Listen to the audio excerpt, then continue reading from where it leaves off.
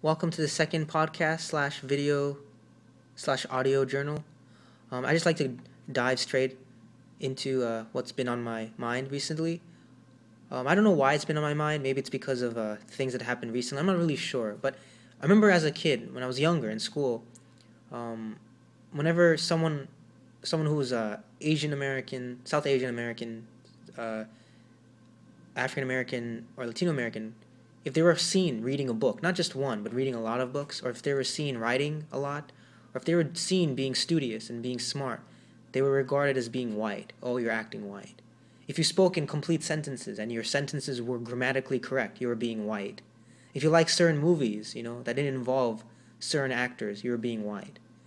And what's ironic is if you showed any sort of intelligence, and if you showed any sort of resistance against you know, against what's seen as being quote unquote unwhite, you're being white. Like what I'm saying is that everything that was good about being a person, meaning looking for facts, learning, expressing yourself, was considered being white.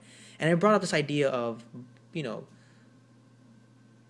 the sort of boxes we all place ourselves in, and the way we deal with the world through boxes, through perspectives that are often wrong. For instance, this also brings up the idea of the clash of civilizations, which I which I can't even understand why we still learn about this, because the clash of civilizations, for people who don't know, quick background behind it is there's this idea that there's a Western world and there's an Eastern world and there's other civilizations. There's a Hindu civilization, there's an Islamic civilization, there's an African civilization. Even though Africa is a giant continent with also Muslim influence and Christian influence, and it's just what I'm trying to say. The theory is that there's a Western world that is under attack, or rather, there's a Western world that believes in democracy and all that good stuff, and then there's everybody else basically. There's a Japanese civilization. It's just it's you get the feeling.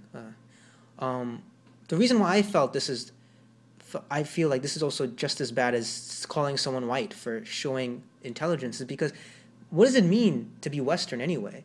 When I ever hear of an example of someone being Western, oh, he's a Western leader, he's a good Western theorist, that person always seems to be, a prototypical European person who's white, who isn't of color. For instance, when they talk about the Enlightenment, it's always about, of course, the Enlightenment thinkers of France and Europe. But to me, I know this. I know he came years after, centuries after. But why don't we also mention Frederick Douglass or people like that in terms of people who also helped in our society progressing? And even though I'm born and raised in America, whenever this theory comes up, the clash of civilization, I do feel like it's not mentioning me. Because after all, in terms of geography, simple geography, when you say the West, that should include Mexico. But in this theory, it doesn't. It cuts Mexico off, and it simply includes the United States and Canada. And basically, hint, hint, countries that are still predominantly white. Which is not to say all white people believe this. This is not to say that. I'm just saying this is a very suspect theory. And yet somehow it still, I feel, is believed in by maybe people of power, people who still handle foreign policy using these sort of theories. And it's scary to think that. Again, this is not to say white people act this way and white people do this and, people of color do this and people act this way. No, I'm just trying to say we put ourselves in boxes, and those boxes are there for us to feel comforted. Because when we look at the world, we think of the world as being complex, too complex, and complexity to us scares us. So we want things to be simple. We want things to be good, bad, evil, evil, good. You know what I mean? Like we want to divide the world into simple demarcations, so it allows us some sort of comfort to where we can stand. When in fact the world is complex, as it should be. Again, with the clash of civilizations. I mean, you have the Islam that's practiced in Saudi Arabia is very different from the Islam that's practiced in Indonesia. Even Hinduism itself. I mean, it's funny how in the theory it says India is Hindu civilization, but there's a huge, huge population of Indians who practice Islam who live in India, who are Indians as well.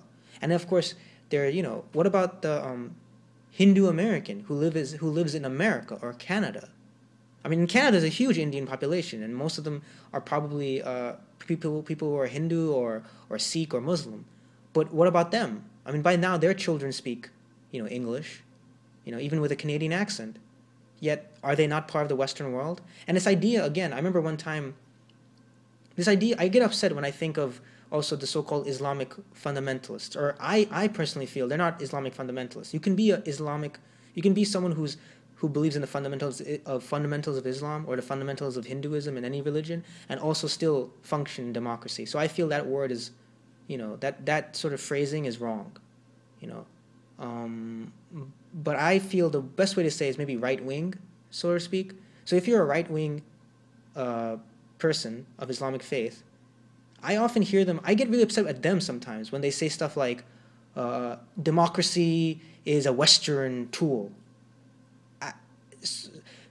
What they're really doing, even though they think they're playing outside the box, they're actually playing inside the box. Meaning they think in their heads, oh, by saying democracy is a Western tool, I'm reasserting my identity, and therefore I'm freeing myself of this Western plot. But in the end, what they're really doing is playing into the game, which is what? To prove that the West owns democracy and all the countries will have to become Westernized to be democratic. So both sides are wrong, Both sides are wrong anyhow. The right-wing person of any faith who believes that women should be silenced and certain things should be denied just because they believe their idea is the right way, that's wrong, off the bat. And you have the other side, which claims that, the rest of the world is inferior and only, such and such ideas are right. The European Enlightenment is the right way to go. It's funny, complexity is a good thing. I just want to reiterate. I mean, there are plenty of people I know who are religious people, who pray, who do their part, and who help others out of a sense of religion. Yet they also don't want to overwhelm other people who don't share their faith with their faith, meaning they don't want to tell someone how to live.